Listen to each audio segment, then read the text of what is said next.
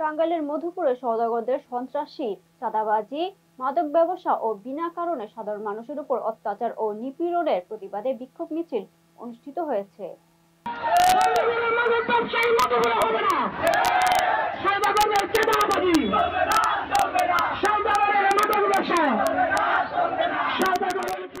মধুপুর টাঙ্গাইল প্রতিনিধি বাবুল রানা আইটিভি বাংলাকে জানিয়েছেন, টাঙ্গাইলের মধুপুরে সওদাগরদের সন্ত্রাসী, চাঁদাবাজি, মাদক ব্যবসা ও বিনা কারণে সাধারণ মানুষের উপর অত্যাচার ও নিপীড়নের প্রতিবাদে বিক্ষোভ মিছিল অনুষ্ঠিত হয়েছে।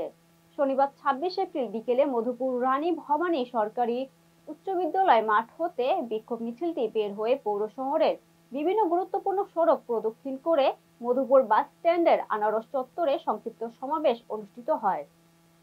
উক্ত সমাবেশে বক্তব্য রাখেন ঢাকা বেসরকারি বিশ্ববিদ্যালয়ের ছাত্র দলের কেন্দ্রীয় কমিটির যুগ্ম সাধারণ সম্পাদক আনোয়ার হোসেন তুহিন সহ অন্যান্যরা। এ সময় তিনি বক্তব্যে বলেন, মধুপুরের সওদাগরদের সন্ত্রাসী, চাঁদাবাজি, মাদক ব্যবসা ও বিনা কারণে সাধারণ মানুষের উপর অত্যাচারের মধুপুরবাসী আজ অতিষ্ঠ। তাদের এই অপকর্মকে প্রতিহত করার জন্য মধুপুরের সকল স্তরের জনগণকে ঐক্যবদ্ধভাবে এগিয়ে আসার আহ্বান জানান। বিক্ষোভ মিছিলে প্রায় সহস্রাধিক লোক অংশগ্রহণ করেন। সমাবেশ শেষে মিছিলটি রানী ভবানী মাঠে গিয়ে শেষ হয়।